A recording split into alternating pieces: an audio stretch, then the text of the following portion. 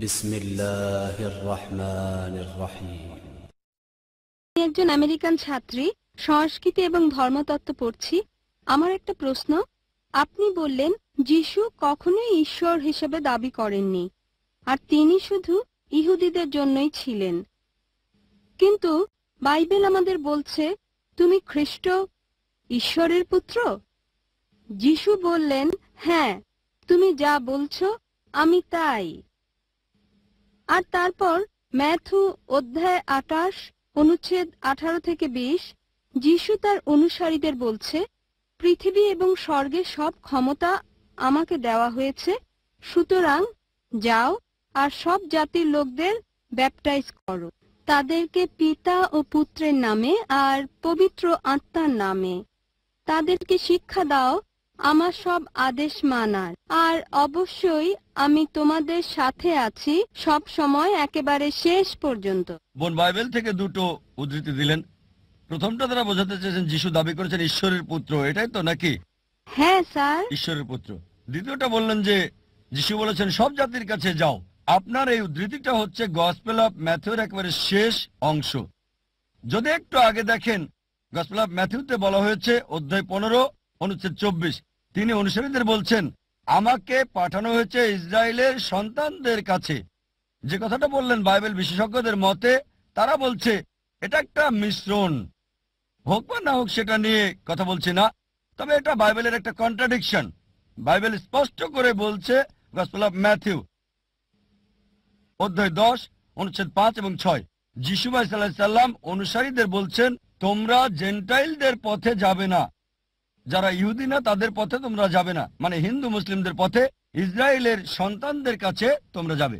এবার প্রথম প্রশ্নের ব্যাপারে যদি বলি, যিশু সাল্লাল্লাহু আলাইহি সাল্লাম বলেছেন আমি ঈশ্বরের পুত্র।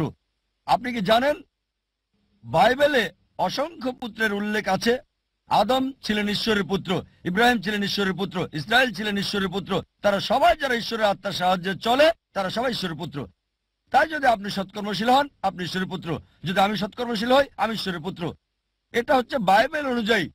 তাই যদি সৎকর্মশীল কাউকে ঈশ্বরের পুত্র বলেন আমি একমত।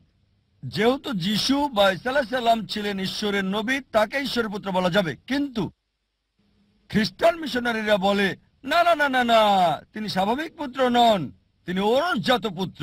আর বাইবেল থেকে উদ্ধৃতি দেয়, গসপেল অফ জন অধ্যায় 3 অনুচ্ছেদ 16, ঈশ্বর পৃথিবীকে এত ভালোবাসেন যে একমাত্র সন্তানকে উৎসর্গ করলেন, আর যে তাকে বিশ্বাস করবে মরবে না, তবে অনন্ত জীবন সে পাবে। আপনাকে এটা বুঝতে হবে যে বাইবেলের এই বিগটন শব্দটা 32 জন উচ্চপদস্থ খ্রিস্টান বিশেষজ্ঞের মতে, যাদের সমর্থন করেছে 50টি খ্রিস্টান সংগঠন।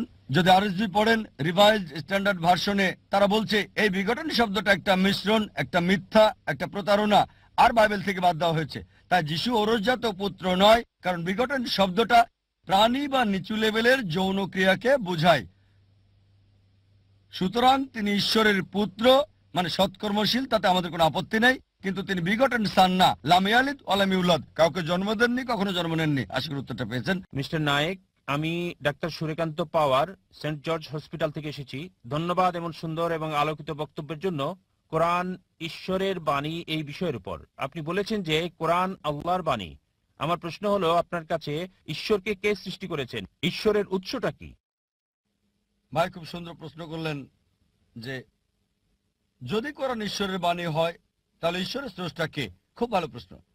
যদি আপনাকে জিজ্ঞেস করি যে আপনার বন্ধু জন একটা সন্তান জন্ম দিয়েছে, আপনি কি বলতে পারবেন সন্তানটা ছেলে না মেয়ে? আপনার বন্ধু জন হাসপাতালে একটা সন্তান জন্ম দিয়েছে, সন্তানটা ছেলে নাকি মেয়ে বলতে পারবেন? অনুমান করে বলেন না, ছেলে না মেয়ে। বলতে পারছি না। সরি, অনুমান করতে পারছি না। চেষ্টা করেন, 50% হলো বলেন। হ্যাঁ, 50 ভাগ, অর্ধেক সম্ভাবনা। ঠিক আছে, ছেলে। ছেলে। ভাই পুরুষ কি সন্তান জন্ম দিতে পারে? না। এখন এটা ছেলে না মেয়ে? নামটা মেয়ে নাম হতে হবে। আমি আপনাকে বলছি আপনার বন্ধু জন। আমি জানি না কোনো মহিলার নাম জন হয় কিনা। না, আমরা বলবো না। আচ্ছা আচ্ছা, ধরেন আপনার বন্ধু, ছেলে বন্ধু, সে হাসপাতালে গিয়ে একটা সন্তান জন্ম দিল। সন্তানটা ছেলে না মেয়ে? মেয়ে। পুরুষ কি সন্তান জন্ম দিতে পারে? না। এখন বুঝতে পেরেছেন, পুরুষ সন্তান জন্ম দিতে পারে না, তাহলে ছেলে না মেয়ে এই প্রশ্নটা আসে কি করে? তাই বলা হয়েছে ঈশ্বরকে কেউ সৃষ্টি করেনি। আপনার প্রশ্ন, কে ঈশ্বরকে সৃষ্টি করেছে?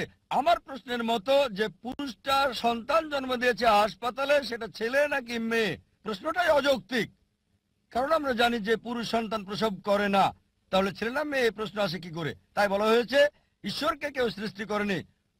প্রত্যেক সৃষ্টির একজন স্রষ্টা থাকে, ঈশ্বরের কোনো স্রষ্টা নেই।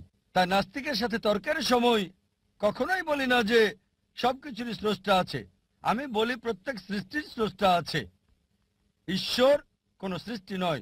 বলা হয়েছে যখনই আমি বলবো ঈশ্বরের স্রষ্টাকে, আর সে ঈশ্বর নয়। তার সংজ্ঞা হচ্ছে আল্লাহর কোনো স্রষ্টা নেই। আশা করি উত্তরটা পেয়েছেন। ঠিক আছে, ধন্যবাদ। আসসালামু আলাইকুম।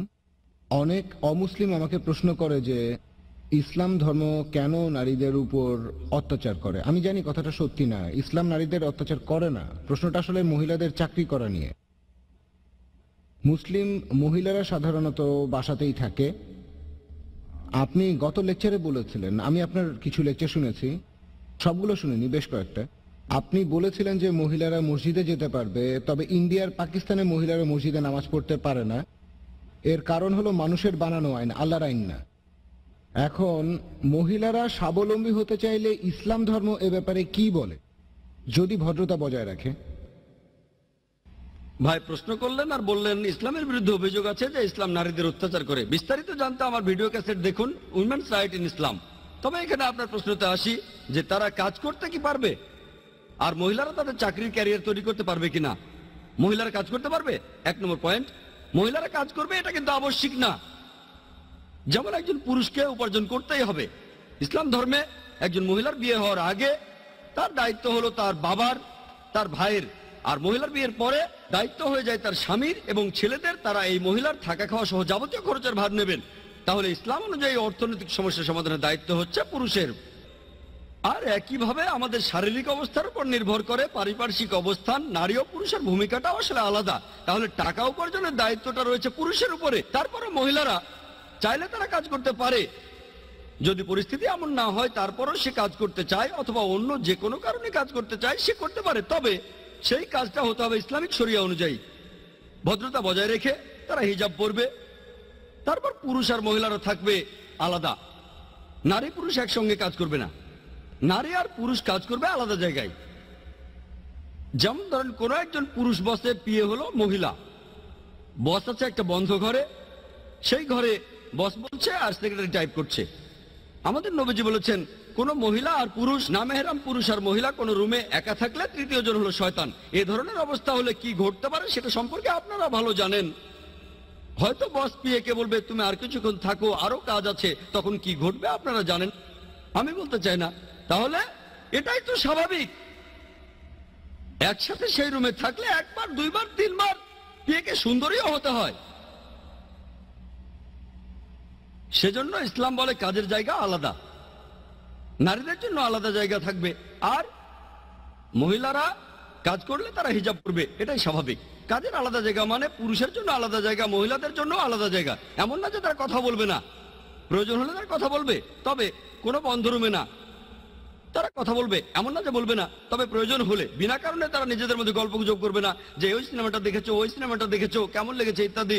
আর অপ্রয়োজনীয় গল্প করবে না, পরে কি হয় সেটা তো জানেনি। তাহলে ইসলামে মহিলারা কাজ করতে পারে, তবে সেটা হতে হবে ইসলামিক শরিয়ার নিয়মগুলো মেনে। তারা মাটির কাজ করতে পারে, কাপড় বুনতে পারে, উল বুনতে পারে, হতে পারে গাইনোকোলজিস্ট, তারা হতে পারে টিচার, তারা ব্যবসাও করতে পারে, কেন না। আমার বোনেরা মাশাআল্লাহ তারা দুজনে ব্যবসা করছে। আমার এক বোন তো ফ্যাক্টরি চালাচ্ছে, মহিলাদের জন্য আলাদা জায়গা, পুরুষদের জন্য আলাদা জায়গা। সে দেখে মহিলাদের, তার স্বামী দেখে পুরুষদের। সমস্যা কোথায়? MD, managing director. আরেক বোন করছে এক্সপোর্ট, সমস্যা নেই।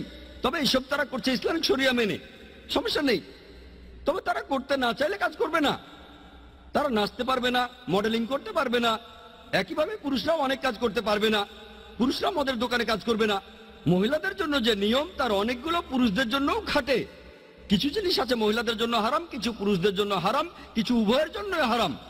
যেমন মদের দোকানে কাজ করা নারী পুরুষ দুজনের জন্য হারাম, জুয়ার আসরে কাজ করাও হারাম। তাহলে এগুলো আলাদা জিনিস নয়। মহিলারা ক্যারিয়ার করতে পারে, কেন না। অবশ্যই সে ক্যারিয়ার করতে পারে, তবে সে ক্যারিয়ারটা ইসলামের যে শরিয়াত তার বাইরে যাবে না। এর পেছনে কারণটা হলো তাদের প্রধান দায়িত্ব, তারা যেহেতু মহিলা, প্রধান দায়িত্ব মা হিসেবে, প্রধান দায়িত্ব স্ত্রী হিসেবে। কিন্তু যদি সেই মহিলা চাকরি করে মা বা স্ত্রীর দায়িত্ব ছেড়ে দেয়, সে হয়তো হবে খুব ভালো গাইনোকোলজিস্ট, কিন্তু পরিবারকে অবহেলা করলো। এভাবে হয়তো কোনো চাকরি করলো কিন্তু মায়ের দায়িত্ব পালন করলো না, স্ত্রীর দায়িত্ব পালন করলো না, এভাবে সে হারাবে। কারণ মা হওয়ার কারণে মহিলারা যে সম্মান পায় সেটা অনেক বড়। এজন্যই আমাদের নবীজি বলেছেন মায়ের পায়ের নিচে সন্তানের বেহেশত। সহিহ বুখারীতে উল্লেখ আছে 8 নম্বর খণ্ডের বুক অব আদাব 2য় অধ্যায়ের 2য় হাদিস। একজন লোক নবীজিকে প্রশ্ন করলো, সবচেয়ে বেশি ভালোবাসা কার প্রাপ্য? নবীজি সেই লোককে বললেন, তোমার মা। লোকটা বলল, তারপর কে?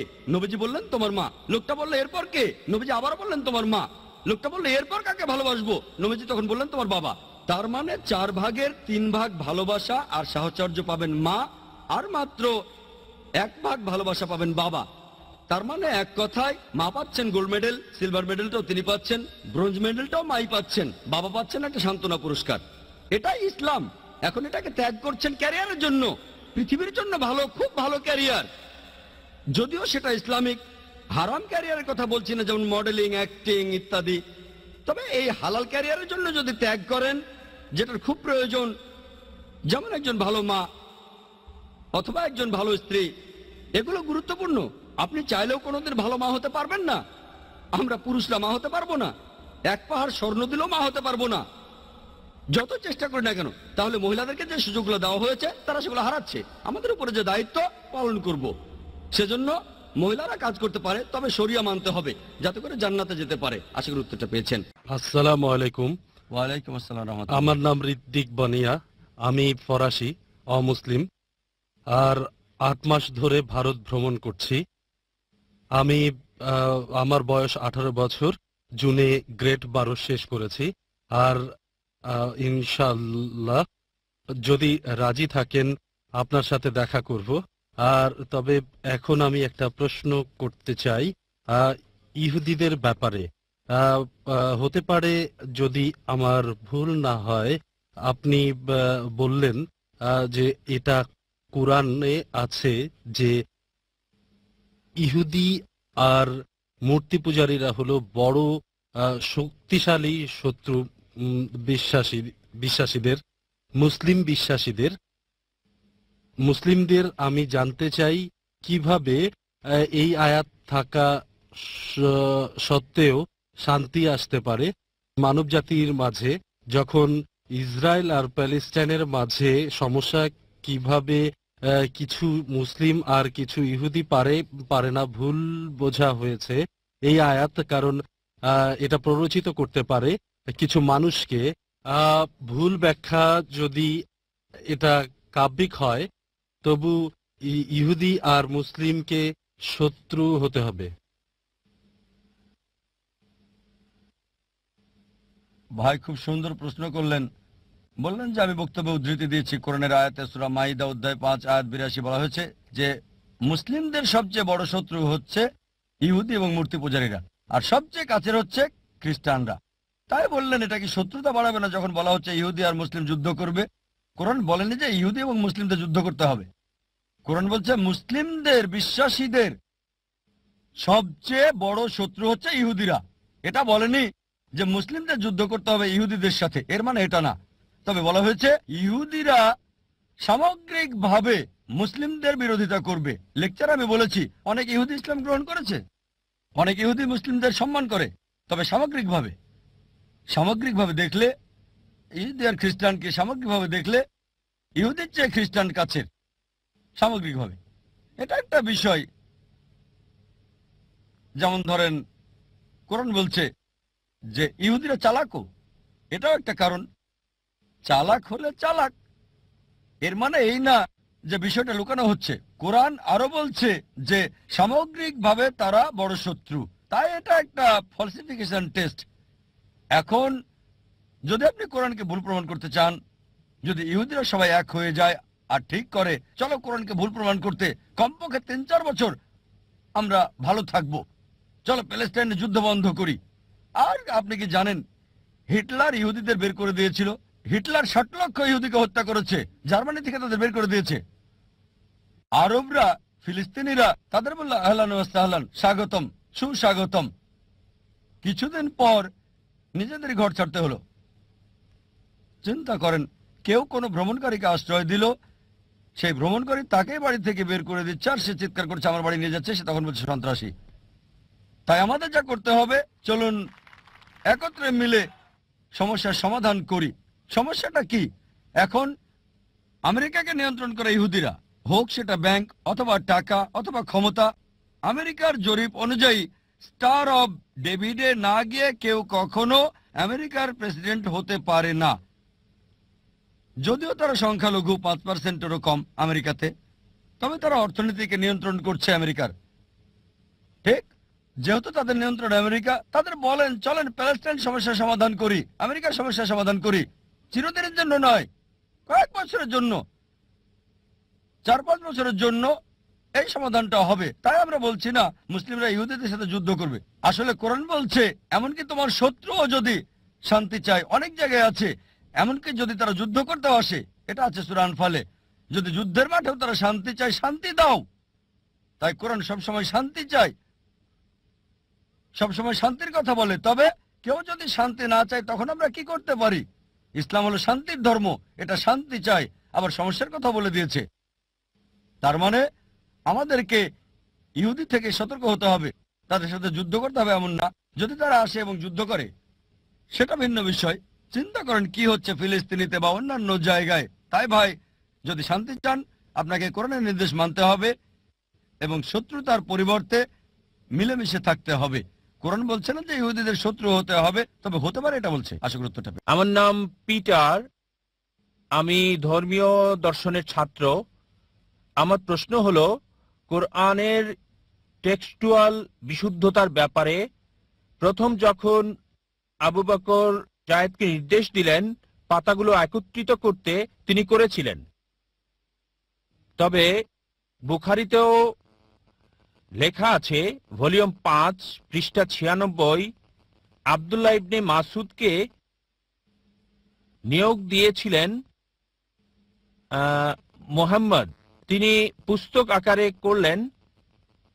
তারপর সালিম পলাতক দাস, সে একটা বই সংগ্রহ করলো, আর উবাই ইবনু কাব প্রধান পাঠকারী। মুহাম্মদ বলেছেন, অনেক লোকই রয়েছে যারা নিজেরা কোরআন সংকলন করেছিল, তবে উসমান যখন খলিফা হলেন,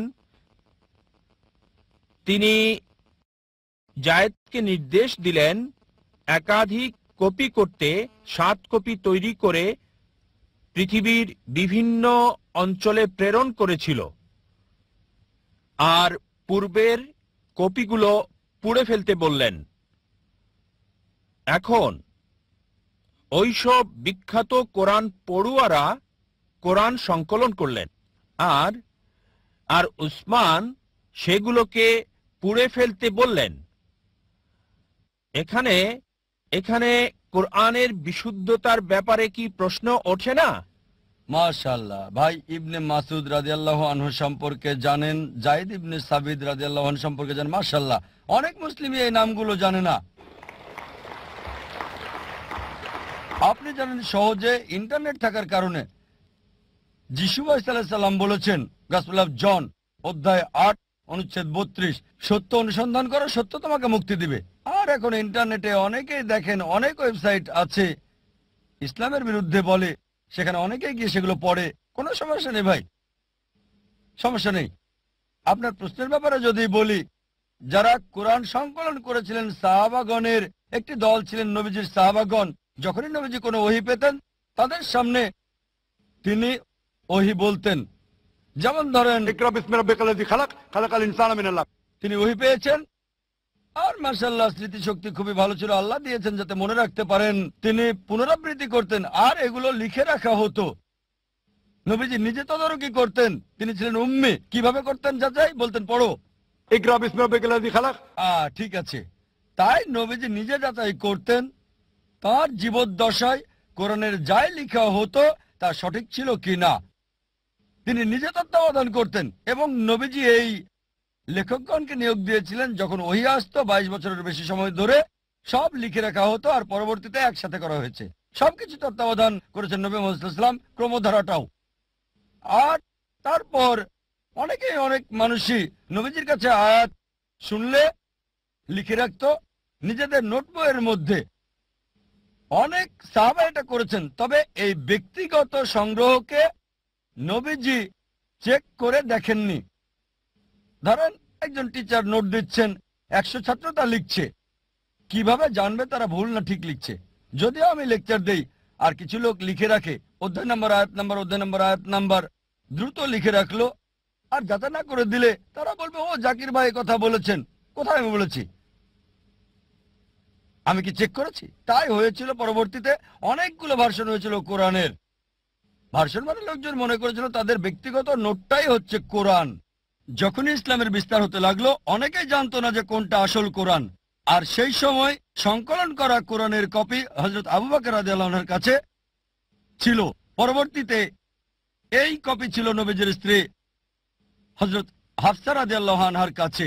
উসমান রাদিয়াল্লাহু আনহু সেই কপি নিয়ে একাধিক সংখ্যা করলেন যাতে করে পৃথিবীর বিভিন্ন জায়গায় এই কপি পাঠানো যায়। আর বললেন এই কপি ছাড়া তোমাদের হাতে যে কপি আছে পুড়িয়ে ফেলো, ভুল সঠিক যাই হোক, কারণ ওইগুলো যাচাই করা হয়নি। লোকজনের হাতে নিজস্ব নোট ছিল। ধরেন আমার লেকচার নোট করে অনেকে এখানে নোট করছে, হতে পারে 80% বা 90% সঠিক, 100% খুবই কঠিন। ঠিক, 100% হওয়া খুবই কঠিন। 80 বা এটা হতে পারে 100%ই সঠিক যদি আমি চেক করে আমার লেকচারের বই দিই। আপনি একটা বই পাচ্ছেন কোরআন এবং আধুনিক বিজ্ঞান, আমি যাচাই করে লিখেছি, আপনার নোটটা আপনি ফেলে দেন। কেন আপনার নোট লাগবে? আমি তো বই দিচ্ছি। যদিও পুরো লেকচারটা পাচ্ছেন না, লেকচারের অংশটা পাচ্ছেন কোরআন এবং আধুনিক বিজ্ঞান, এখন ওই অংশের নোটগুলো আপনাকে ফেলে দিতে বলবো আমি। এটা ঠিক, এটা দেখেছি আমি, ডাক্তার জাকির নায়েক, আমার বই। একইভাবে যা নবীজি যাচাই করে রেখে গেছেন, আল্লাহ সুবহানাহু ওয়া তাআলার ওহী, হযরত উসমান রাদিয়াল্লাহু আনহু বললেন অন্য সব কপি পুড়িয়ে ফেলতে। তার মানে এই না যে বিভিন্ন কোরআন ছিল, কোরআন একটাই যা নাজিল হয়েছিল। তবে যখন লোকজন নিজেরা নোট রেখেছিল তাতে কিছু পার্থক্য ছিল। আর এই কারণেই সেই আসলটার একটা কপি এখন জমা রয়েছে কোপ্তাকি জাদুঘরে ইস্তাম্বুলে। তাই এটাকে যদি চেক করেন আজকের মুসাফ দিয়ে একই রকম পাবেন, অক্ষরে অক্ষরে শব্দে শব্দে মিল। তাই যদি পরিবর্তন করতে চান আপনারা পারবেন না, কারণ এখন লক্ষ লক্ষ মানুষ আছে যারা কোরআন মুখস্থ করে রেখেছে। আর এখানে দর্শকদের মাঝে অনেকেই মাশাআল্লাহ হাফেজ রয়েছেন, মাশাআল্লাহ তাদের অন্তরে কোরআন রয়েছে। যদি সব কপি পুড়িয়ে ফেলেন, সব হাফেজকে একত্রিত করে আবার আসল কপি শব্দে শব্দে অক্ষরে অক্ষরে মিলে তৈরি করা যাবে।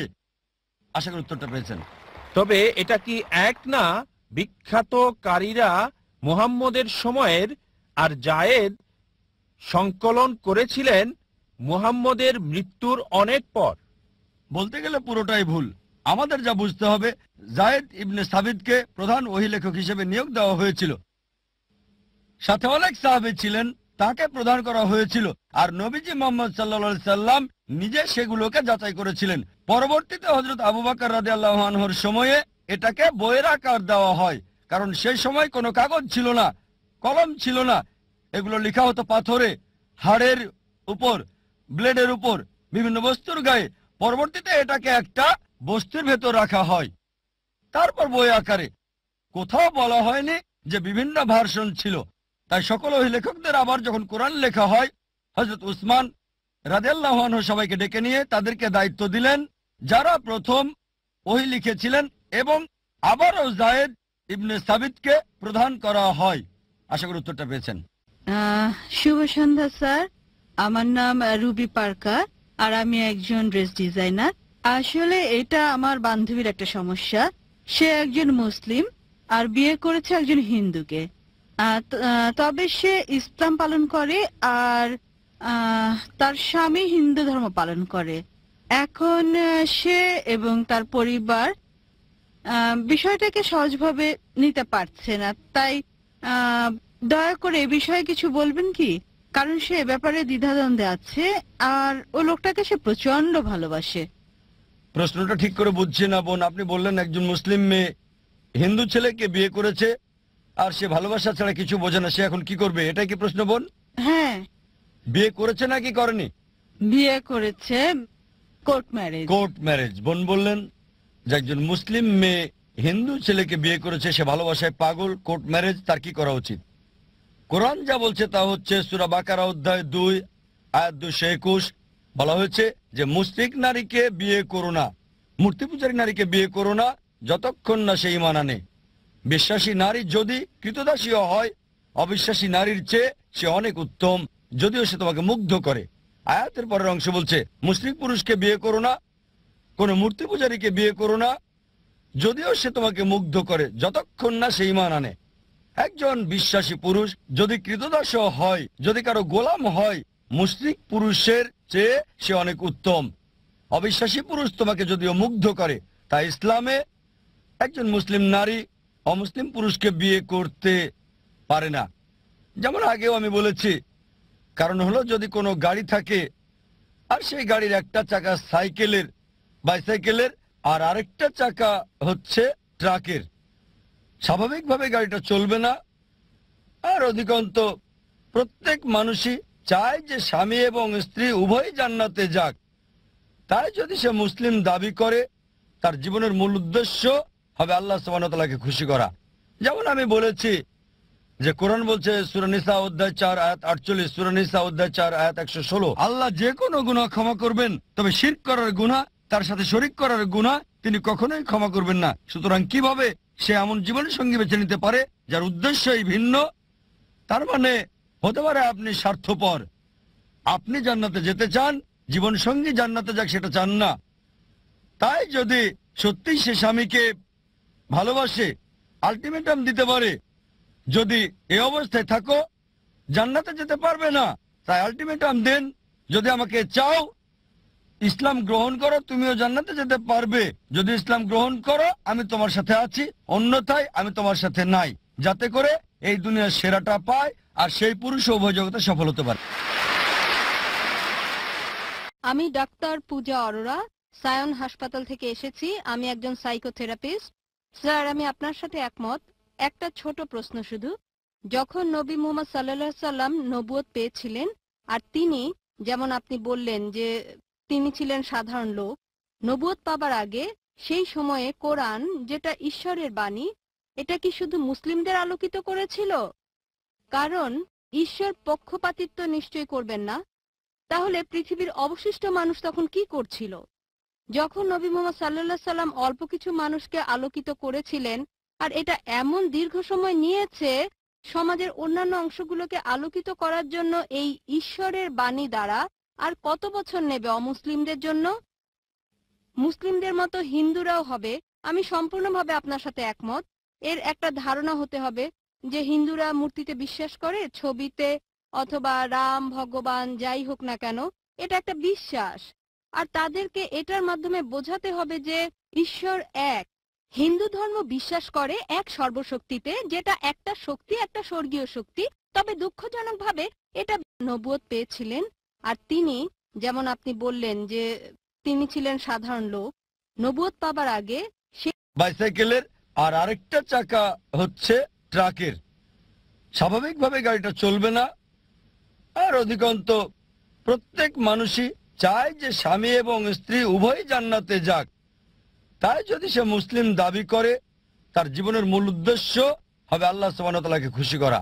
যেমন আমি বলেছি যে কোরআন বলছে সূরা নিসা অধ্যায় 4 আয়াত 48, সূরা নিসা অধ্যায় 4 আয়াত 116, আল্লাহ যে কোনো গুনাহ ক্ষমা করবেন, তবে শিরক করার গুনাহ, তার সাথে শরীক করার গুনাহ তিনি কখনোই ক্ষমা করবেন না। সুতরাং কিভাবে সে এমন জীবন সঙ্গী বেছে নিতে পারে যার উদ্দেশ্যই ভিন্ন?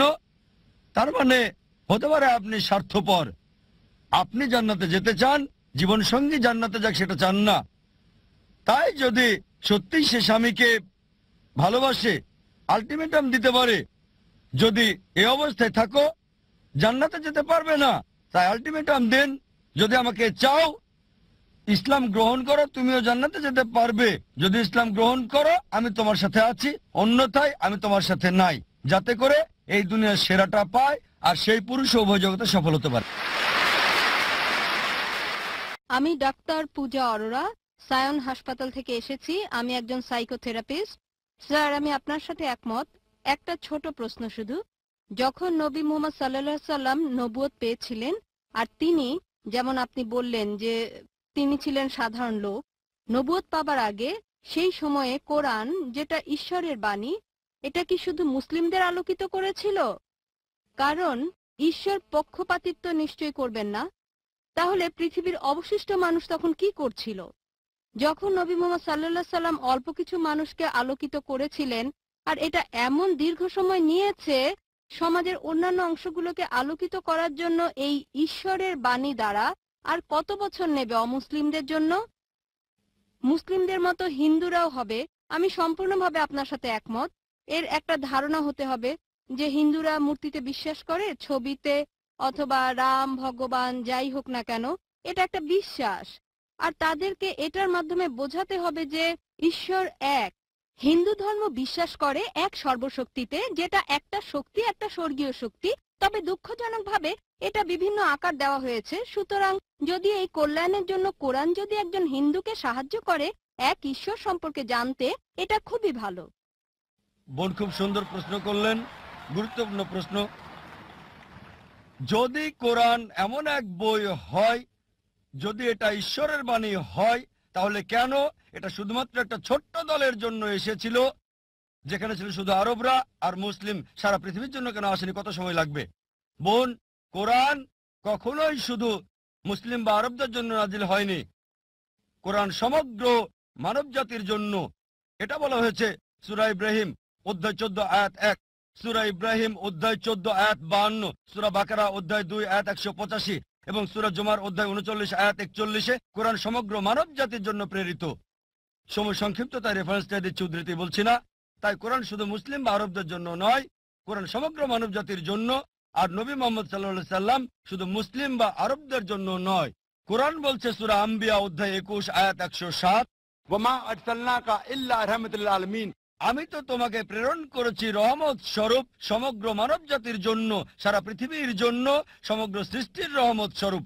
একই কথা বলা হয়েছে সূরা সাবা অধ্যায় 34 আয়াত 28, যে নবী মুহাম্মদ সাল্লাল্লাহু আলাইহি সাল্লামকে পাঠানো হয়েছে সারা পৃথিবীর নবী হিসেবে, সুসংবাদদাতা আর পাপ থেকে সতর্ককারী হিসেবে। তবে অধিকাংশ মানুষই তা জানে না। কোরআনের এই আয়াত বলছে অধিকাংশ মানুষই তা জানে না। এই কারণেই বোন আমরা এমন সম্মেলন করে থাকি। এটা সব মুসলিমের দায়িত্ব, সর্বশক্তিমান আল্লাহর বাণী সবার কাছে তুলে ধরা। তাহলে আরেকটা প্রশ্ন স্যার করব? সময় লাগবে, তবে ভালো হয় আর দেরি না করলে। আর যারা মুসলিম হিসেবে দাবি করে অনেকেই ভালো মুসলিম না, হয়তো শুধু নামেই আব্দুল্লাহ, জাকির, মোহাম্মদ, সুলতান। ভালো মুসলিম তারা নাও হতে পারে। একইভাবে আপনি ঠিকই বলেছেন, হিন্দু ধর্মে গ্রন্থ মানছে না। তারপরও যে ধর্মের সবচেয়ে বেশি মানা হয় শুধু মুখে নয় কাজে কর্মে, সেটা হচ্ছে ইসলাম 1 নম্বরে। খ্রিস্টানরা সংখ্যা অনেক বেশি, প্রায় 200 কোটি, মুসলিমরা 130 কোটি। তবে পৃথিবীতে ধর্ম মানার ক্ষেত্রে 1 নম্বর হলো ইসলাম,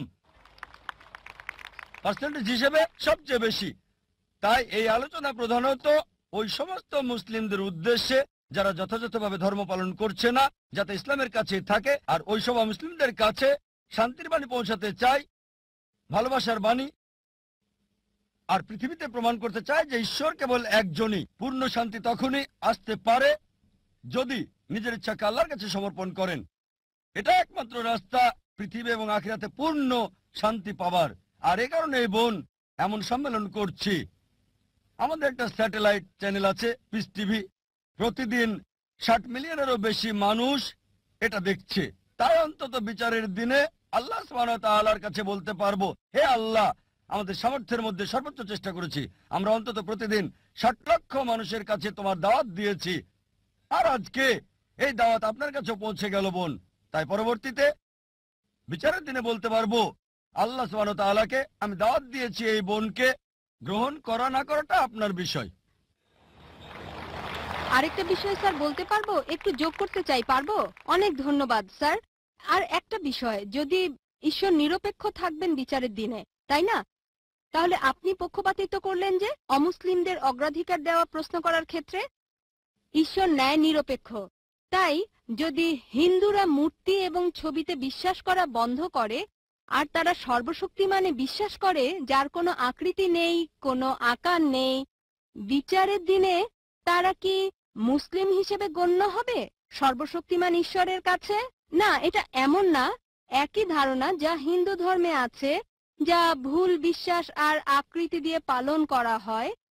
তবে একজন হিন্দু যদি হিন্দু ধর্ম পালন করে সেটা ভুল না, পালন করবে, কারণ তার উদ্দেশ্য ঈশ্বর, তিনি মহান, তবে আকার দেওয়া খুব যাবে ভালো না। প্রশ্ন, যদি এই বার্তা হিন্দুদের কাছে পৌঁছে তারা গ্রহণ করবে। খুবই ভালো, ভালো প্রশ্ন।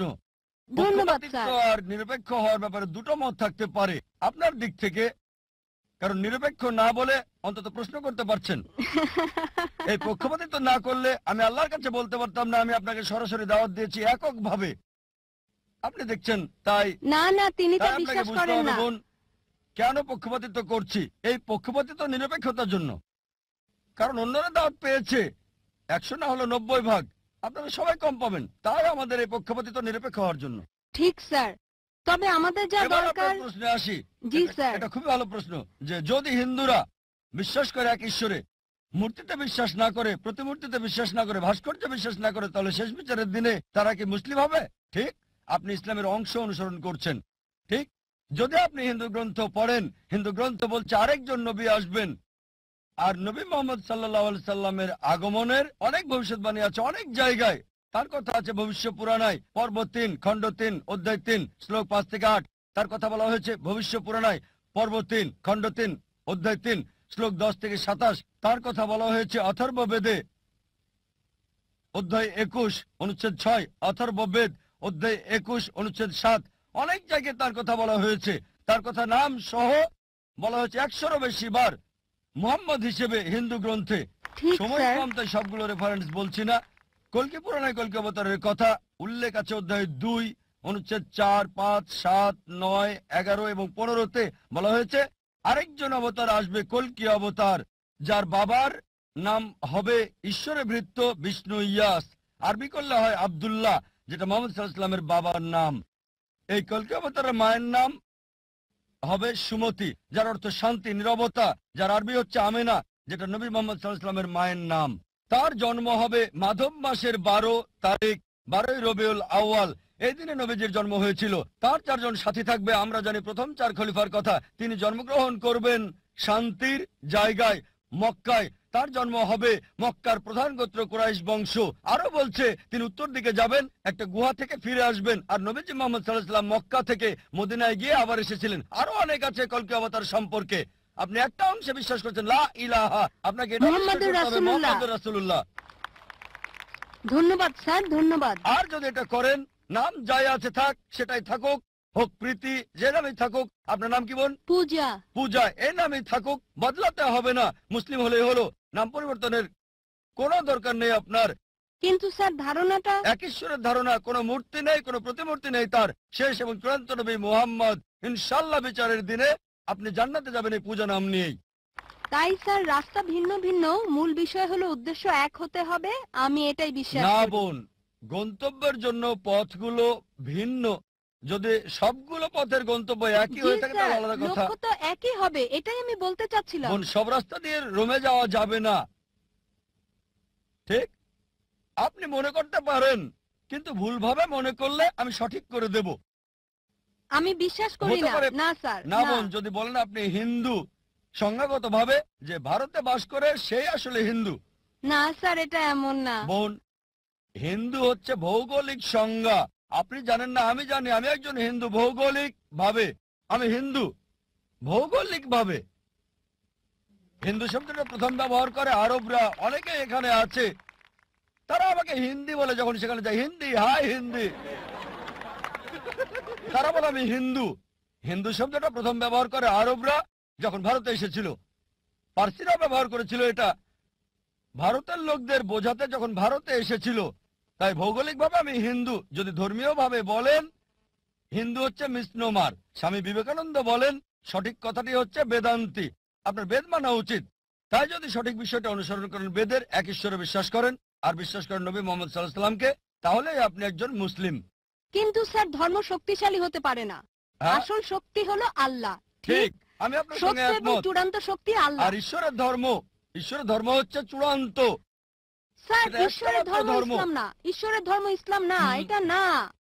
ইসলাম, যদি আরবি শব্দ ইসলাম আপনাকে মর্মাহত করে, সেটাকে আপনি দূরে রাখেন। না না, এটা আমাকে আঘাত করছে না, আমি এটা আপনাকে কষ্ট বলছি বোন, দিচ্ছে না। যদি মর্মাহত না করে না তবে স্যার, এটা একটা ভালো শব্দ, কিভাবে এটা অন্যকে আঘাত করে? অন্তত একজন শিক্ষিত মেয়েকে না। মাশাআল্লাহ, আপনি একজন শিক্ষিত মেয়ে। হ্যাঁ, ধন্যবাদ, অনেক ধন্যবাদ আপনাকে। ধন্যবাদ স্যার। বোন, ইসলাম হচ্ছে নিজের ইচ্ছাকে আল্লাহর কাছে সমর্পণ করা। ইসলাম নিয়ে যদি সমস্যা হয় দরকার নেই, তবে আপনার ইচ্ছাকে সমর্পণ করুন। আল্লাহ কোরআনে বলেছেন সূরা আল ইমরান অধ্যায় 3 আয়াত 19, ইসলাম একমাত্র ধর্ম, একমাত্র জীবন ব্যবস্থা আল্লাহর কাছে গ্রহণযোগ্য হচ্ছে নিজের ইচ্ছাকে আল্লাহর কাছে সমর্পণ করা। আমি একজন হিন্দু। আমরা ভিন্ন ভিন্ন উপায়ে স্রষ্টার উপাসনা করি। আমরা তো হিন্দু, এখন আমাদের উপাসনা করার নিয়মটাও আলাদা। এটা নিয়ে আমরা কোনো চিন্তা করি না যে আপনারা কোন নিয়ম মেনে উপাসনা করেন। এটা নিয়ে আমাদের মধ্যে কোনো বিরোধ নেই। যদি কেউ মন থেকে করে তাহলে তাতে কোনো সমস্যা নেই। এখন আমাদের হিন্দু ধর্মের দর্শনটা এরকমই বলছে, যে কোনো মানুষই এটা পারবে। আর আপনি বললেন যে মোহাম্মদ নবী, তার উপরে কেউ যেতে পারবে না আপনার হিসাবে। কিন্তু আমাদের দর্শন বলছে যে কোনো মানুষই সেই ধরনের স্তরে পৌঁছাতে পারে। আপনার কি মনে হয়, আপনি ওই স্তরে যেতে পারবেন? ভাই প্রশ্ন করলেন আর বললেন যে আপনি হিন্দু, আপনাদের উপাসনা ধারণাটা আলাদা, আর বললেন কোন পদ্ধতিতে আপনার আপত্তি নেই যদি মন থেকে করা হয়। মন থেকে করলে কোনো সমস্যা নেই। মন থেকে করলেও ঠিক করতে হবে। মন থেকে যদি চুরি করি আপনার কি তাতে কোনো সমস্যা নেই? মন থেকে করেন তবে ঠিক কাজটা করেন। হ্যাঁ, কি করছেন সেটাই আগে ভাবেন। কি করছেন আপনি? পূজা করছেন, কার পূজা সেটাই গুরুত্বপূর্ণ। কেন করছেন, কাকে করছেন, কিভাবে করছেন, বুঝতে পারছেন আমার কথা? মন দিয়ে করেন তবে ঠিক কাজটা করেন। মন থেকে করাটা গুরুত্বপূর্ণ, অবশ্যই গুরুত্বপূর্ণ, তবে তার সাথে কাকে পূজা করছি, কেন করছি সেটাও গুরুত্বপূর্ণ। যদি বলি মন দিয়ে চোরের পূজা করব, আপনি মানবেন? মন দিয়ে পূজা করব রাবণের বা চোরের, মানবেন সেটা? বলবেন আমি রাক্ষসের পূজা করি। হ্যাঁ, এটা তো ঠিক না। আপনি কি এটা মানবেন? মানবেন, তবে তাদের নিচে রাখবেন, বলবেন তারা নিচে, উপরে না। আমি চাই সবাই যেন উপরে থাকে। আপনি কি উপরে রাখতে চান না নিচে? উপরে, মাশাআল্লাহ, আমিও চাই সবাই উপরে থাকুক। হ্যাঁ, সেজন্য বলি মন দিয়ে করেন কিন্তু ঠিক কাজটা করেন। একটা ভালো কাজ দুটো তরিকায় হতে পারে, দুটো আলাদা পদ্ধতিতে করা যায়। যদি দুটোই ঠিক হয় আমরাও মেনে নেব। এবার আপনার প্রশ্নে আসি, যে আমি এই কথাটা আগেও বলেছি, নবীজি মোহাম্মদ সবার উপরে। উপরে মানে আল্লাহ তাআলার পরে। এটাই বলেছি যে আল্লাহ তাআলার পরে তিনি 1 নম্বর। এটা হলো নির্দেশ মানার ক্ষেত্রে।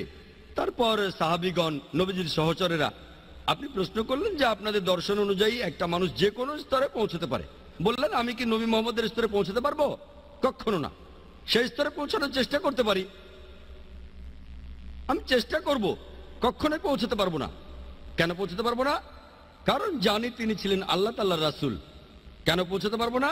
এটা হাদিসে বলা হয়েছে যে নবী রাসূলগণ সবার উপরে।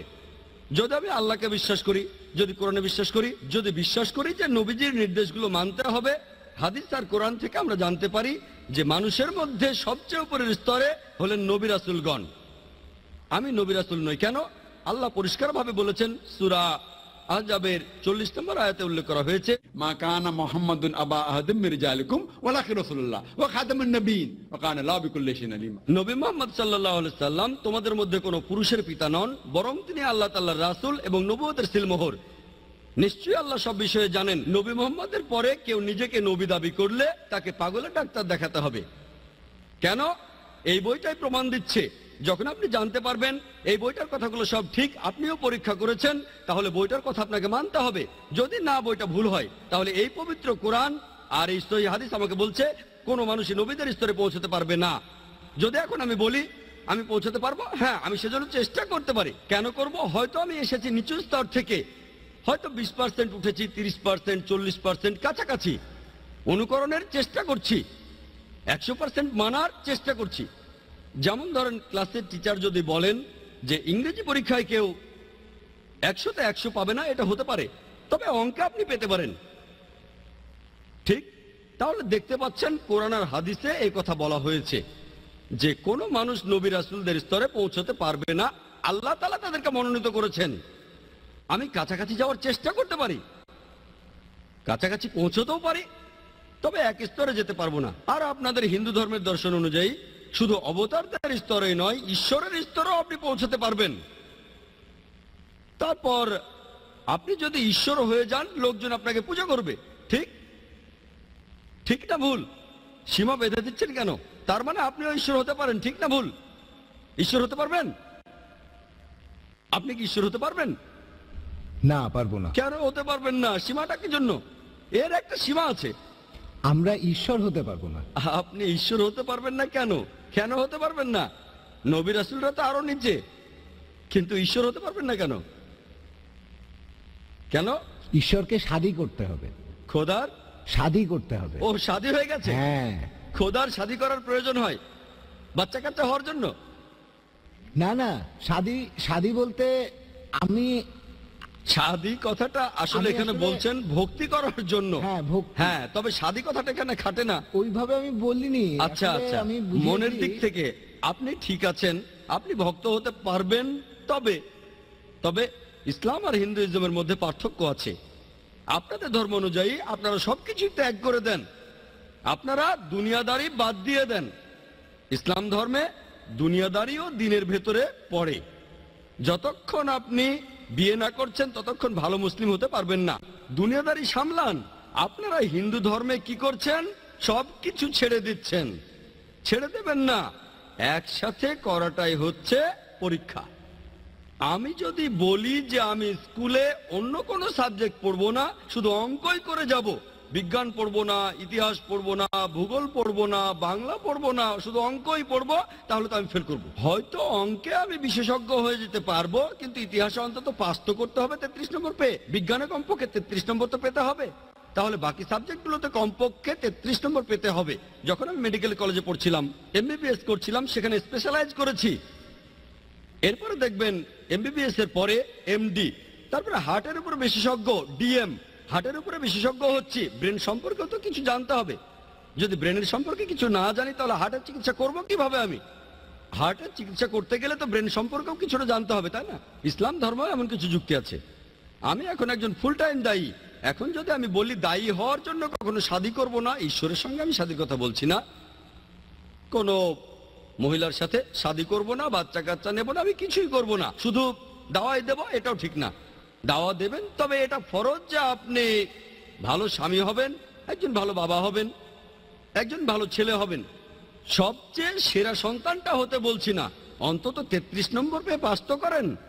ঠিক আছে, আমি সবচেয়ে ভালো স্বামী হতে বলছি না, অন্তত 33 নম্বর পেয়ে পাসটা করে ফেলেন। বুঝলেন? আমি খুব ভালো বাবা নই, অন্তত 33 নম্বর তো পান। দাওয়ার উপরে বিশেষজ্ঞ। আপনি দেখবেন যে ইসলামে আমরা ভগবানের স্তরে যেতে পারবো না। কেন?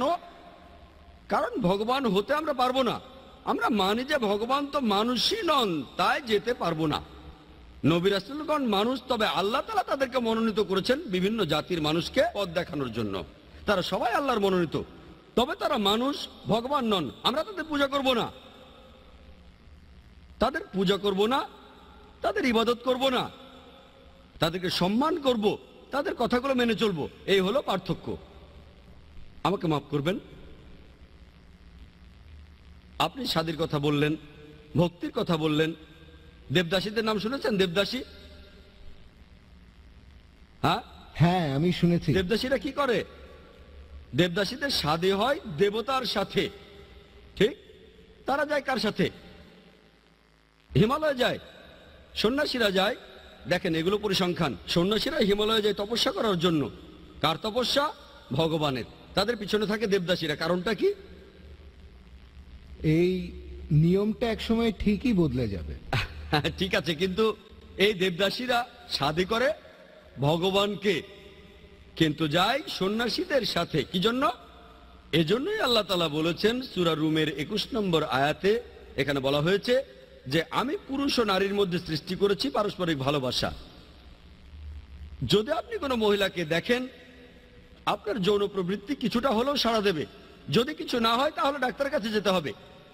যদি বলেন আমি মেয়েদের দেখি, সুন্দর সুন্দর মেয়ে, আমার কিছুই হয় না, তাহলে সমস্যা আছে। এজন্যই এসেছে হিজাব। পবিত্র কোরআনে সূরা আহজাবের 59 নম্বর আয়াতে উল্লেখ করা হয়েছে, হে নবী, তোমার স্ত্রীদের বলো, তোমার কন্যাদের বলো, আর মুমিন নারীদেরকে যখন তারা বাইরে যাবে তখন যেন চাদর পরে, যাতে করে তাদের চেনা যায়, আর এতে করে তাদের উত্ত্যক্ত করা হবে না। তাহলে পবিত্র কোরআন বলছে যদি মহিলারা বাইরে যায় তারা যেন চাদর পরে, হিজাবের ভেতর থাকে, পুরো শরীর ঢাকা থাকে, স্রেফ মুখ আর হাত দেখা যেতে পারে। বাইবেলের কথা লেখা আছে, পড়ে দেখেন, বাইবেলেও আছে যে মাথা ঢেকে রাখো। হতে পারে যে ডেভিড ভাই তার স্ত্রীকে বলবেন যে বাইবেলে তোমাদের মাথা ঢেকে রাখতে বলেছে। হয়তো এই কথা বলবেন তার বোনকে বা তার মাকে, যে আমি জানতে পারলাম তোমাদের ভদ্র পোশাক পরা উচিত, মাদার মেরির মতো। হয়তো ওনার বোনকে বলবেন আগামীকাল বা আজকে, অথবা তার মাকে। আর তিনি বিবাহিত হয়ে থাকলেও ভালো, তার স্ত্রীকেও বলবেন যে দেখো এই কথাটা বাইবেলে লেখা আছে। ভদ্রতা বেদেও একই কথা আছে। বেদ পড়েছেন ভাই? ঋগ্বেদে আছে, ব্রহ্মা তোমাদের সৃষ্টি করেছেন নারী হিসেবে, অতএব দৃষ্টি নিচু করো আর মাথা ঢেকে রাখো, মাথায় কাপড় দাও। আপনাদের বেদে লেখা আছে। তাহলে বেদেও কথা লেখা আছে যে মহিলারা তারা তাদের মাথা ঢেকে রাখবে, তারা দৃষ্টি নিচু করবে। আমার ভিডিও ক্যাসেটে আছে সিমিলারিটিজ বিটুইন হিন্দুইজম এন্ড ইসলাম, এটা দেখেছেন? আচ্ছা, দয়া করে ওনাকে একটা ভিসিডি দেবেন, সিমিলারিটিজ বিটুইন হিন্দুইজম এন্ড ইসলাম, এই ভিডিওটা। আর খ্রিস্টান ধর্ম সম্পর্কে যা বলেছি সেটার উপরে আরো 3-4 ঘন্টা বলে যেতে পারবো। সাদৃশ্য, আমরা সাদৃশ্য নিয়ে বলবো, পার্থক্যগুলো এখন ভুলে যাব। দেখেন ভাই, আপনারা দুজনেই পবিত্র কোরআনে সূরা ইমরানের 64 নম্বর আয়াতে বলা হয়েছে, তাআলা ইলা কালিমাতিন সাওয়াইম বাইনানা ওয়া বাইনাকুম, এসো সেই কথাই যাহা আমাদের ও তোমাদের মধ্যে এক। দেখেন, কোনো তর্ক করছি না। বাইবেল আল্লাহর বাণী, কোরআন আল্লাহর বাণী। আপাতত এই প্রসঙ্গটা বাদ দেই। বেদ আল্লাহর বাণী কিনা সেটা পরে হবে। আপনি মানেন সেটাই আল্লাহর বাণী, ভালো। আপনি মানেন বাইবেল আল্লাহর বাণী, ভালো। আমি মানি কোরআন আল্লাহর বাণী। যেগুলো কমন আসেন সেগুলো আমরা মেনে চলি, সহজ। যেগুলো আলাদা সেগুলো নিয়ে পরে কথা বলবো। যেটা কমন সেটা দেখেন। বাইবেল বলছে ঈশ্বর একজন, বেদ বলছে ঈশ্বর একজন, কোরআন বলছে ঈশ্বর একজন, তাহলে ঈশ্বর একজন। বাইবেল বলছে মূর্তি পূজা করো না, বেদ বলছে মূর্তি পূজা করো না, কোরআন বলছে মূর্তি পূজা করো না, সেজন্য আমরা মূর্তি পূজা করি না। বাইবেল বলছে নবী মুহাম্মদ সাল্লাল্লাহু আলাইহি ওয়াসাল্লাম আসবেন, বেদ বলছে মুহাম্মদ সাল্লাল্লাহু আলাইহি ওয়াসাল্লাম আসবেন, কোরআন বলছে মুহাম্মদ সাল্লাল্লাহু আলাইহি ওয়াসাল্লাম হলেন শেষ নবী, আমরা শেষ নবীকে মানি। বাইবেল বলছে যে মহিলারা ভদ্রতার সাথে পোশাক পরবে, তাদের মাথা ঢাকবে। বেদে কথা বলছে, কোরআনে কথা বলছে মহিলারা ভদ্রভাবে থাকবে। বাইবেল বলছে মদ খেও না, বেদ বলছে মদ খেও না, কোরআন বলছে মদ খেও না, আমরা মদ খাবো না। বাইবেল বলছে শুকর খেও না, মনুস্মৃতিতে লেখা আছে শুকরের মাংস খেও না, শুকরের মাংস খাবো না। তাহলে আসেন যেগুলো কমন অন্তত সেগুলো মেনে চলি, পার্থক্যগুলো নিয়ে পরে কথা বলবো। আমাদের মধ্যে যেগুলো কমন অন্তত সেগুলো মেনে চলেন মন থেকে, মন থেকে, ঠিক আছে? একটা প্রশ্নই করতে চাই, যেহেতু আপনি কুরআন আর বাইবেলের মধ্যে একটা তুলনা করেছেন, কেন বেদ, কুরআন আর বাইবেলের মধ্যে তুলনা করছেন না? সবগুলোই নিজ ক্ষেত্রে বহুমুখী, একটা আরেকটার সাথে ঘটনাক্রমে সম্পর্কিত। ঈশ্বর সর্বশক্তিমান হলেন এক, যেভাবেই তাকে ডাকা হোক, আল্লাহ, ভগবান বা যিশু নামে, এটা নিশ্চিত করছেন না কেন সব মানুষেরই বলা উচিত ঈশ্বর কেবল একজন? ভাই সুন্দর প্রশ্ন করলেন, খুবই গুরুত্বপূর্ণ প্রশ্ন, একটা বাস্তব প্রস্তাব। যখন আমি কোরআন আর বাইবেল নিয়ে তুলনা করছি, কেন কোরআন, বাইবেল, বেদ নিয়ে তুলনা করছি না? আর বললেন যে কেন সবগুলোকে মানছি না। এটাই আমি সব মানুষকে বলি, কোরআন বলছে এসো সেই কথা যা আমাদের ও তোমাদের মধ্যে এক। ভাই, প্রত্যেক মানুষকে আমি যা বলি, যে কেউ হোক, হিন্দু, খ্রিস্টান, মুসলিম, ইহুদি, শিখ, পার্সি, সমস্যা নেই। আমি তাদের বলি একটা সহজ কথা যা সবাই মানবে, কমপক্ষে একটা গ্রন্থকে ঈশ্বরের বাণী বলে মানি, সবাই তাতে রাজি হবে। হিন্দু বলবে ঠিক আছে বেদ ঈশ্বরের বাণী, খ্রিস্টান বলবে বাইবেল ঈশ্বরের বাণী, মুসলিম বলবে কোরআন ঈশ্বরের বাণী। শিখ বলবে আদিগ্রন্থ ঈশ্বরের বাণী, পার্সি বলবে আবেস্তা ঈশ্বরের বাণী, সমস্যা নেই। সবগুলো গ্রন্থকে একত্রিত করেন, যে বিষয়গুলো কমন অন্তত সেগুলো মেনে চলি, যেগুলো মিল নেই সেগুলো পরে আলোচনা করা যাবে, ঠিক আছে? আমি শুধু তাদেরকে বলি যে বিষয়টা সবগুলো গ্রন্থে কমন চলুন সেটা মেনে চলি, কারণ কমপক্ষে দুঃখিত স্যার কথা বলার জন্য, ভাই আপনার আমাকে উপর উত্তরটা কথা শেষ বলার করতে জন্য দিন, দুঃখিত। পরে আমি প্লিজ শেষ করার পরে প্লিজ উত্তরটা মিস্টার শেষ জাকির। করার পরে আপনি বলতে পারবেন। হয়তো যেটা বলতে চান সেটা আমার উত্তরে আছে, ঠিক? হ্যাঁ, আস্তে আস্তে যাই। ঠিক স্যার। গাণিতিক কোনো সমস্যার যদি সমাধান করতে চান সরাসরি উত্তর দিলে হবে না, স্টেপ বাই স্টেপ আমাদের যেতে হবে, 1 2 3 4। জি স্যার। আমার অনুরোধ হলো সব গ্রন্থে যে বিষয়টা কমন চলুন সেটা মানি আমরা, যেটা কমন না সেটা পরে দেখা যাবে, ঠিক? এখন সব গ্রন্থে কমন হচ্ছে ঈশ্বর একজন। চলুন বিশ্বাস করি ঈশ্বর একজন। বেদ বলছে ঈশ্বর একজন, আমি বলিনি যে ঈশ্বর কেবল একজন, দ্বিতীয় কেউ নেই। বাইবেল বলছে যে গসপেল অফ মার্ক অধ্যায় 12 অনুচ্ছেদ 29, বুক অফ ডিউটেরোনমি অধ্যায় 6 অনুচ্ছেদ 4, শোনো ইসরায়েলবাসী, প্রভু আমাদের প্রভু একজন। ইহুদিরা খ্রিস্টানরা এটা বলে, কোরআন বলছে কুল হুয়াল্লাহু আহাদ, বলো তিনি আল্লাহ এক অদ্বিতীয়। তাহলে ট্রিনিটি আসে কোত্থেকে? এই ব্রহ্মা বিষ্ণু শিবা আসে কোত্থেকে, কোথায়? আমি সেটা বিশ্বাস করি না স্যার। ভাই আমাকে শেষ করতে দিন। কোরআনে ব্রহ্মার কথা বলা হয়নি, কোন শিবার কথা বলা হয়নি, যিশুর কথা বলা হয়নি যে তিনি ঈশ্বর। কোরআনে বলা হয়েছে তিনি আল্লাহর একজন নবী ছিলেন। বাইবেলও বলে না যে তিনি ঈশ্বর ছিলেন। এটা হচ্ছে খ্রিস্টানদের একটা মিথ্যে দাবি। তাহলে কিভাবে বলেন যে আল্লাহ যিশু যেটাই বলুক না কেন সমস্যা নেই? কোরআন বলছে সূরা ইসরা অধ্যায় 17 আয়াত 110, বলো আল্লাহ বলো আর রহমানই বলো, যে নামেই ডাকো তার রয়েছে সুন্দর সুন্দর নাম। সে নাম হবে তার নিজের দেওয়া, সে নামে মনে কোনো ছবি ভাসবে না, সেটা হবে সত্য নাম। আপনি ঈশ্বরকে মিথ্যা নাম দিতে পারবেন না, ঈশ্বরকে ছোট করতে পারবেন না, তাকে অসম্মান করতে পারবেন না। কিছু লোক আছে আমাকে বলে এতে আর এমন কি সমস্যা? আপনি পানি বললেন, ওয়াটার বললেন, টানি বললেন, সমস্যা কোথায়? যদি বলেন পানি, এটা হিন্দি নাম, টানি হচ্ছে তামিল, ময়া বা মাই এটা আরবি, জল বাংলা, সমস্যা নেই, যে কোনো নামে বলতে পারেন। কিন্তু কোনো সকালে আমার এক বন্ধু এসে বলল প্রত্যেকদিন সকালে পানি খাই। ডাক্তার আমাকে বলল বেশি করে পানি খান, তবে পানি খাওয়ার পর আমার বমি হলো। আমি বললাম কেন? না, পানিটা হলদে বর্ণের ছিল। ডাক্তার পানি খেতে বলল, সে প্রতিদিন সকালে 1 গ্লাস করে পানি খায়, পানিটা হলদে। হলদে, হলুদ? তারপর বুঝলাম যে পানির কথা বলছে সেটা আসলে পানি না, ইউরিন। আপনি ইউরিনকে পানি বলতে পারেন না, পানিকে বড় জোর বলতে পারেন টানি, বলতে পারেন ওয়াটার। একইভাবে আল্লাহকে রহমান বলতে পারেন, রহিম বলতে পারেন, করিম বলতে পারেন, রব।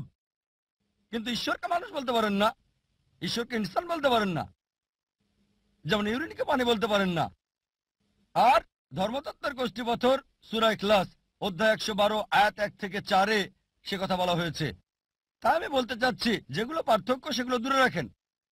কোরআন কোথাও বলেনি যিশু ঈশ্বর, কোথাও কোরআন বলেনি মহেশ ঈশ্বর, তাই মহেশকে দূরে রাখুন। হ্যাঁ, যদি বলেন ব্রহ্মা, ব্রহ্মা সংস্কৃত শব্দ যার মানে হচ্ছে সৃষ্টিকারী ঈশ্বর।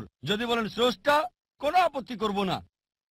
যদি বলেন ঈশ্বর হলেন স্রষ্টা, তাহলে কোনো আপত্তি করব না, কারণ কোরআন বলছে আল্লাহ হলেন খালিক, স্রষ্টা। কিন্তু যদি বলেন এই স্রষ্টার আছে 4টা মাথা, 4টা হাত আছে, তাহলে একটা ছবি তৈরি করছেন, আপনি বেদের বিরুদ্ধে যাচ্ছেন। ঈশ্বরের কোনো প্রতিমূর্তি নেই। আমি সেটা বিশ্বাস করি স্যার। সুতরাং তাকে স্রষ্টা বলে ডাকেন, কিন্তু যদি বলেন স্রষ্টা হলেন মানুষ, তাহলে সে ঈশ্বর না। আমি ক্ষমা চাচ্ছি স্যার। আরো মহান ভাই, যদি আপনি আমার ভিডিও ক্যাসেট দেখেন, ইসলাম আর হিন্দু ধর্মের সাদৃশ্য, ইনশাআল্লাহ অনেক প্রশ্নের উত্তর পাবেন। আশা করি উত্তরটা পেয়েছেন। আমি ক্ষমা চাচ্ছি। আমি আসলে যা আপনাকে বলতে চাচ্ছি মিস্টার জাকির, আমি বিতর্কে যেতে চাই না এখানে। তবে বিষয়টা হলো মিস্টার জাকির যা বলতে চাচ্ছিলেন সবই ঠিক আছে। আর এখানে লোকজন যা চাচ্ছিল, আমি আসলে যা জানতে চাই ঠিক তিনি যা বক্তব্যে আমাদেরকে বলেছেন আমরা তার কাছে ঠিক রিনাইসা শুনতে চাই। রিনাইসা পৃথিবীর স্রষ্টা, আর এটা যেভাবেই বলা হোক, আল্লাহ, ভগবান বা যিশু, পার্থক্য করা উচিত নয়, এটাকে সমন্বয় করতে হবে ভিন্নতা থেকে। ধন্যবাদ ভাই। যদি আমার লেকচার শুনে থাকেন, আল্লাহ বলে ডাকেন, কোনো সমস্যা নেই, অথবা ডাকেন ভগবান। এখন দেখার বিষয় হচ্ছে ভগবান মানেটা কি। রজনীশের মতে ভগবান মানে অন্য কিছু, জানেন কিনা জানি না। রজনীশের মতে রজনীশ যে সংজ্ঞা দিয়েছে তাতে আমি বিশ্বাস করি না যে ভগবান ঈশ্বর, তাই আমাদেরকে ঈশ্বরের ধারণায় বিশ্বাস করতে হবে। স্রষ্টা, সৃষ্টিকারী, মেকার, যদি ঈশ্বরের সেই ধারণাটা থাকে আপনি তাকে সঠিক নামে ডাকবেন, ভুল শব্দ ব্যবহার হবে না। যে শব্দগুলো সব গ্রন্থে কমন, আমাদের কোনো আপত্তি থাকবে না। তবে যিশুর আপনি যা বললেন সেটা কোরআন এবং বাইবেলে কমন না। কোরআন বলছে যিশু হলেন আল্লাহর নবী, আর বাইবেলও বলছে তিনি ঈশ্বরের নবী। কিন্তু খ্রিস্টানরা এটা ভুল বোঝে যে যিশু ঈশ্বর দাবি করেছিলেন। তাই খ্রিস্টানরা যদি বাইবেল বুঝতে ভুল করে, তাদের সাথে আমি একমত হব কেন? আমি সত্যটা তুলে ধরবো। আমরা ঝগড়া করার জন্য এখানে আসিনি, কমন বিষয়গুলোতে একমত হতে এসেছি। تعالوا إلى كلمة سواء بيننا وبينكم এসে সেই কথা যা তোমাদের আমাদের মধ্যে এক। প্রথমে আমি এই অনুষ্ঠান করার জন্য ধন্যবাদ জানাই। আমি অ্যাডভোকেট শিবাজি সাপকাত, মহারাষ্ট্রের বিদ থেকে এসেছি। এই অনুষ্ঠান সবার জন্য শান্তি। আমার প্রশ্ন করার সুযোগ হয়েছে, তবে আমার প্রশ্নটি কোরআনের সাথে সংশ্লিষ্ট না। হ্যাঁ,